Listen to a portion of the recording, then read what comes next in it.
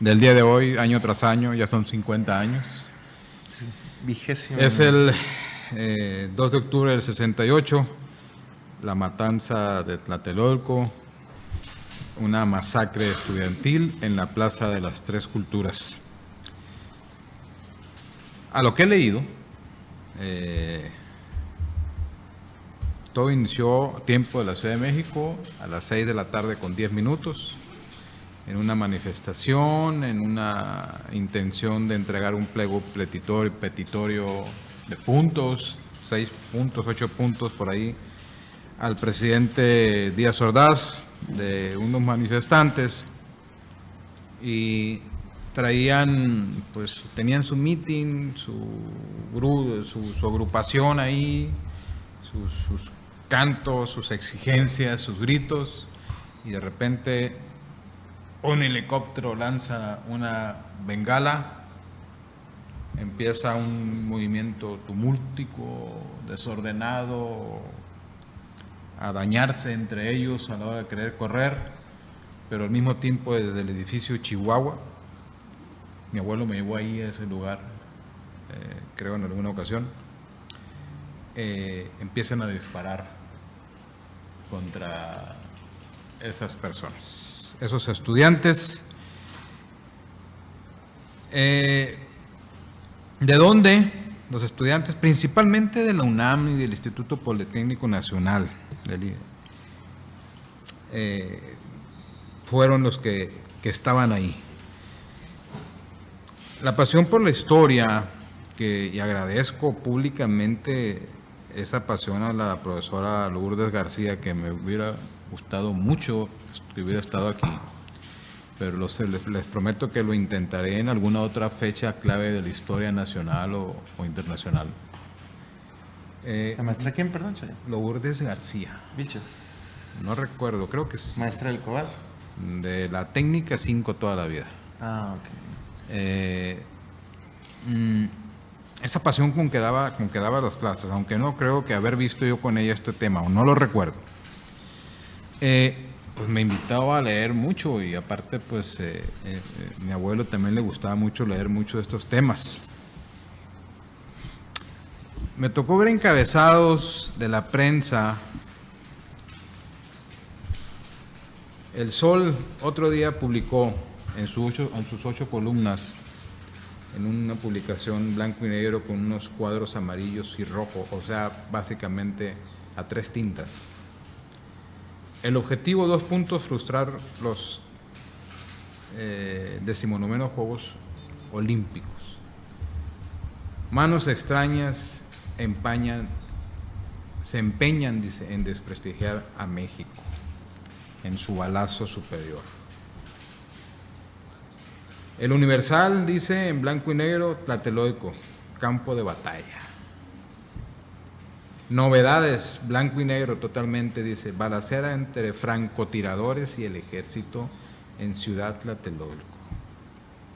Pero a mí, yo los vi, nadie me lo va a contar, y en internet deben de estar. Hay uno que dice, no recuerdo el nombre del periódico, pero imagínate, Goyo, Daniel, que eso pasara en este momento y que la cabeza fuera Nuevo Rumbo. No, está canijo. O sea, como que aquí cortamos Aquí se acaba esto y empezamos otra vez. y empieza el Nuevo Rumbo. No, es algo que los mexicanos no perdonarían en esta época. Y más en esta época que no le harías caso a un periódico que pusiera esa cabeza, ¿no? Sabiendo... O en una época en la que el gobierno está completamente desprestigiado. Sí, hay muchas fotos de esta del 2 de fotos. octubre. Hay muchas fotos, pero imagínate que hubiese sucedido en estas fechas o sea, en esta época. En esta época la tecnología, ¿no? No lo haría.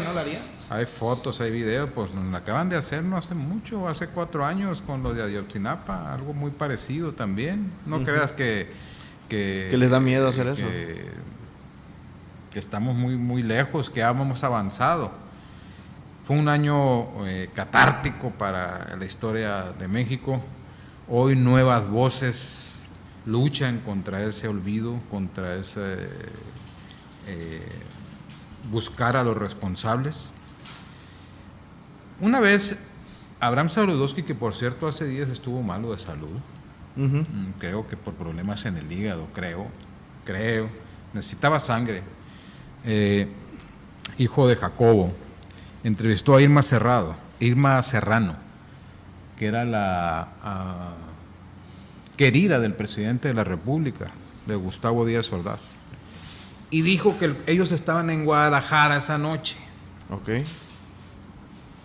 Y que la instrucción fue precisa. No la recuerdo, pero no era atacar.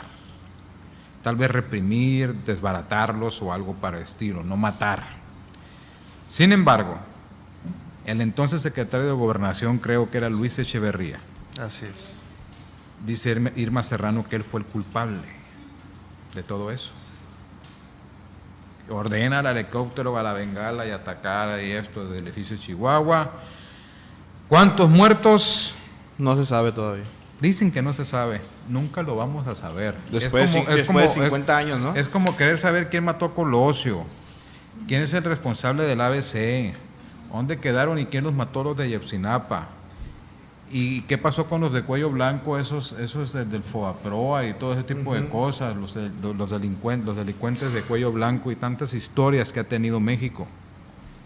Somos unos especialistas de la impunidad en este país, desde el rango más alto hasta el más bajo. Octavio Paz, en su libro Postdata, comentó que habían sido en alguna ocasión 325. Pero en aquella noche se manejaban 25, 100, 130, desmentían, aclaraban, y otro puño de desaparecidos que después fueron liberados, otros tan ubicados, tan dañados psicológica, mentalmente, que prefirieron nunca más hablar del tema, otros que sí se han animado. Lo que se ha de haber vivido esa noche, haber sido impresionante. Yo digo que estaba planeado ya porque pues hasta no se cuenta, estaba leyendo ahorita, estaba viendo unos videos de que los mismos soldados se metieron entre la gente con un guante blanco para ser identificados pues entre ellos. Entonces esto no puede decir que fue una señal de que van a dispersar ese movimiento. Ese movimiento estaba, pues yo digo que esa señal ya se había dado mucho tiempo antes que en un momento de otro, ¿no? Sí, muchas. Hay muchas, es una historia muy rica. Muchas teorías. De muchas teorías, de muchas versiones, de muchas declaraciones, de muchas narrativas que vivieron en ese momento. En un contexto donde hace pocos años antes, creo, si la memoria no me falla, estaba el asunto de la independencia de Cuba un poquito antes que eso. Estaba el mayo del 68 también en Francia, había problemas. En Estados Unidos había revueltas por la guerra de Vietnam y acababan de matar, creo, a Martin Luther King. Sí, andaban con este rollo del racismo. Sí. Entonces, era un asunto del despertar.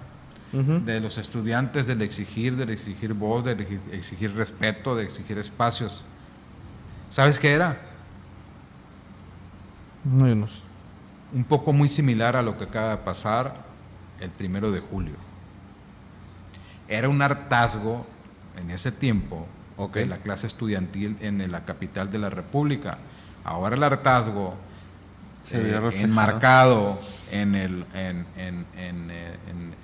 nombre de Morena fue social, fue contundente, avasallador, implacable, indomable. Por eso no se atrevieron a hacer nada, no podían hacer nada. ¿Quién? El sistema. Así fue algo un tanto parecido. Está muy bien pero repito, es un tanto como lo de Ayotzinapa, parecido. Es un tanto como los delincuentes estos de cuello blanco, el FUAPRO y todos esos. la falta de explicaciones como el error de diciembre supuestamente de Cedillo, una de las devaluaciones más impresionantes que ha vivido México después de que sale Salinas. Es un tanto como lo de Colosio. Y un tanto de los tantos que ha tenido México. Pero aquí solamente no están implicados uno o 43. Estuvieron implicados no uno o 43 o 50 y tantos. Estuvieron implicando, se hablan de cientos y de miles. O sea, ya es... Y vienes a recibir a cientos y miles de personas de otro país, de otros países con unas Olimpiadas y 2 años después un Mundial. ¿Cómo dejas a tu país? Estaba el asunto de las Olimpiadas. De hecho, el número que usan, estoy viendo que los 50 años, el número que usan son los números de las Olimpiadas, de los Juegos Olímpicos. Es el linotipo, le llamaban, ¿no? Ajá. El tipo de letra, vaya, algo así, ¿no? La tipografía se La puede tipografía, vaya, Ajá. mejor expresado. Sí. Después Luis Echeverría fue... Digo, no podemos saber si fue cierto eso, pues era el amante del entonces presidente Díaz Ordaz, y pues sí, a los años declara eso. Pues sí, qué cómodo, porque no lo declaró la noche siguiente, Pues ese mismo momento. o en cuanto llegó a México, Así es. ¿no? Imagínate un periodista preguntándole eso: oiga, ¿usted que estaba con el señor anoche? ¿Qué fue lo que pasó? ¿Escuchó? ¿Qué dijo? ¿Cómo reaccionó el presidente de la República? Después Luis Echeverría fue presidente también de los Estados Unidos mexicanos. ¿Qué culpa tenía también?